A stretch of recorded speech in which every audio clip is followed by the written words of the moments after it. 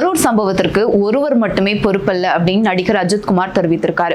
கடந்த செப்டம்பர் 27ஆம் தேதி கரூர்ல நடந்த தாவேகா தலைவர் விஜய் அவர்களுடைய பிரச்சார கூட்ட நெரிசல்ல சிக்கி குழந்தைகள் உட்பட 41 பேர் உயிரிழந்திருந்தாங்க.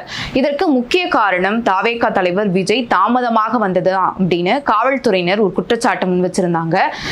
நடிகர் அஜித்குமார் அவர்கள் சமீபத்தில் ஒரு பேட்டி அளிச்சிருந்தாரு. அந்த பேட்டியில என்ன சொல்றாரு அப்படின்னா, தாவேகா தலைவர் விஜய் குறித்து தான் இதை பேசுறாரு அப்படின்னு நம்மளால புரிஞ்சுக்க முடியுது. கரூர் சம்பவத்திற்கு ஒருவர் மட்டும் பொறுப்பல்ல, நாம் அனைவருக்கும் ஊடகங்களுக்கும் இதுல பங்கு இருக்கு. ஒரு பிரபலம் வந்தாங்க அப்படின்னா அவரை காண்பதற்காக கூட்டம் கூடுவது வழக்கம்தான். கூட்டம் திரட்டுவதை பெரிய விஷயமாக்குவதை நிறுத்த வேண்டும். கிரிக்கெட்டுக்கு கூட்டம் இது போல வரதான் செய்து, அங்க இது போல அசம்பாவிதம் நடக்க மாட்டேங்குது. ஆனா திரையரங்குகள், அதாவது திரையரங்குகள்ல நடக்கக்கூடிய ஃபர்ஸ்ட் டே ஃபர்ஸ்ட் ஷோ மற்றும் ஒரு பிரபலம் ஒரு நிகழ்வுல கலந்துக்கிறாங்க அப்படின்னா அந்த மாதிரியான இடத்துல மட்டும் ஏன் இந்த அசம்பாவிதம் நடக்கிறது?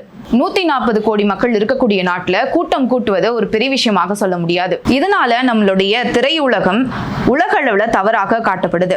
எங்கள் மீது வைத்துள்ள ரசிகர்களின் அன்புக்காக தான் நாங்க நடிகர்களான நாங்க குடும்பத்தை மறந்து நேரம் தூக்கமின்றி படைப்பிடிப்புகள்ல பங்கேற்கிறோம். ஆனா உயிரை பணயம் வைத்து அன்பு காட்ட வேண்டாம். அன்பை காட்ட வேற வழிகள் நிறைய இருக்கு. முதல் நாள் முதல் காட்சி கலாச்சாரத்தை நாம முதல்ல நிறுத்தணும். அதை ஆதரிக்க கூடாது. ஊடகங்களும் பொறுப்புடன் நடந்து கொள்ள வேண்டும் அப்படின்னு அஜித்குமார் அவர்கள் தெரிவித்திருக்காரு.